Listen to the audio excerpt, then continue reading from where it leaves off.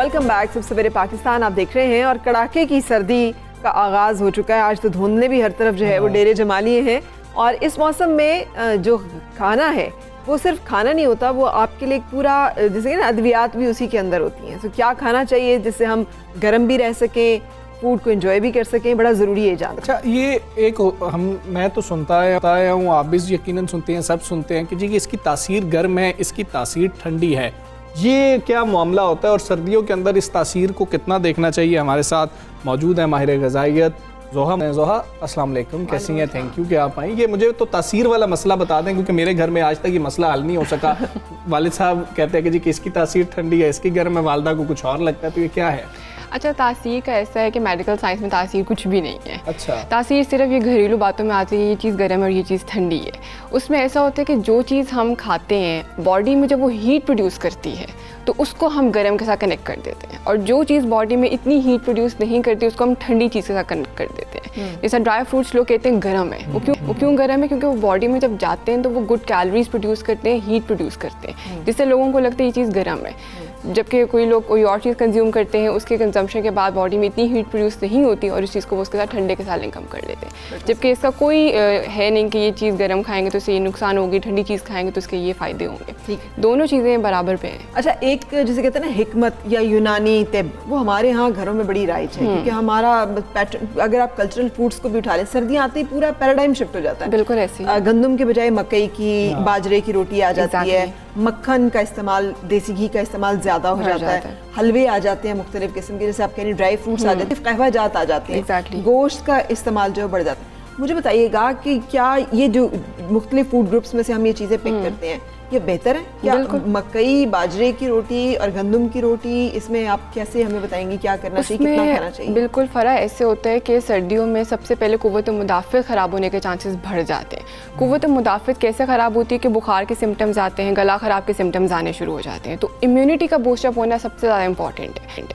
अब ये जैसे आपने बात की, कहवा जात लोग कंज्यूम करते हैं, मकई की रोटी कंज्यूम कर लेते हैं, या डिफरेंट गोश्त से बनी मछली का इस्तेमाल साल करना चाहिए, लेकिन लोग स्पेसिफिकली सर्दियों में करते हैं। वो इसलिए करते हैं क्योंकि कुव्वत मुताफ़िज़ सर्दियों में बहुत ज़्यादा इफेक्ट हो रही होती है, और इन सब चीज़ों में इम्यूनिटी को बूस्टअप करने वाली ताकत बहुत ज़्यादा है। मछली में जैसे विटामिन ई मौजूद है, जो सर्दियों में अगर आप खाते हैं तो सर्दियों के जो सीजनल चेंजेस है वो हमारे ऊपर नहीं अटैक कर सकती।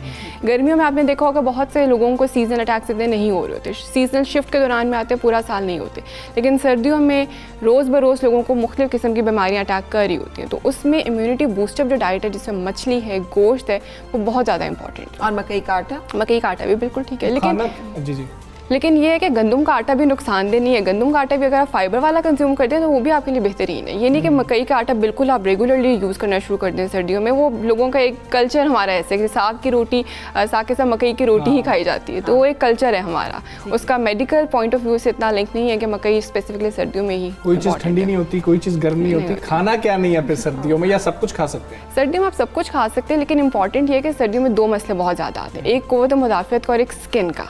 स्किन लोगों की में जितनी ज़्यादा ख़राब होती है उसके लिए बहुत कंसर्न होना ज़रूरी है। आपने देखा होगा सर्दियों में लोगों की स्किन पे ड्राइनेस आ जाती है, एजिंग के सिम्टम्स, झुर्रियाँ, रिंकल्स सर्दियों में ज़्यादा बनते हैं। उसके पीछे बेसिक रीज़न क्या है कि पानी की कमी। हम सर्दियों में पानी नहीं पीते, प्यास नहीं लगती।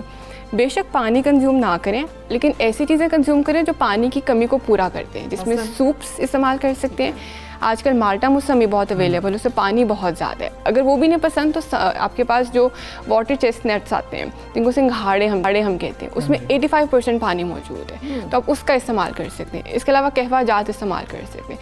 कहवा जात सर्दियों में बहुत फ़ायदेमंद होते हैं क्योंकि उसके अंदर एक तो पानी की कमी को मेनटेन रखते हैं, बॉडी में कमी होने नहीं देते, वैरायटी आ जाती है पानी के अलावा, कहवा कंज्यूम कर लेते हैं। उसमें सुपर फूड्स बहुत ज़रूरी है।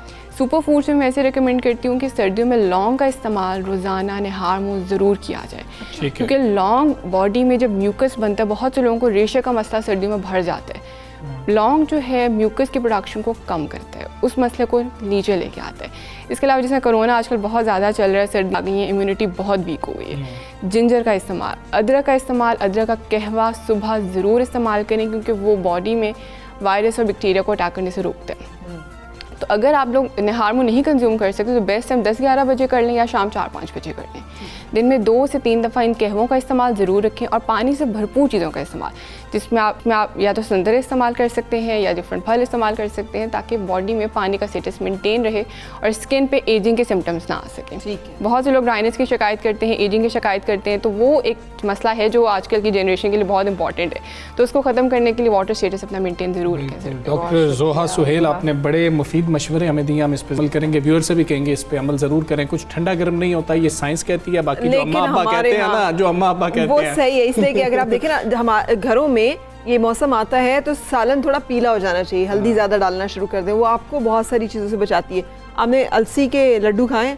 अब ये डॉक्टर जोया साहब इन्होंने हमें आके बताया कि फ्लैक्स सीड्स जो है ना वो तो दे आर न्यूट्रिशन पैक्ड, और हमारी घरों में एक ज़माने से अलसी जो है उसके लड्डू बनाए जाते हैं और खाए जाते हैं। अगर उसको हम पिनिया कहते हैं ना, तो पंजाब वाले ज़रा ज़्यादा अच्छे से समझ सकते हैं। मैं फरा से कहूँगा मुझे बना के खिलाएं, आप एक ब्रेक लें।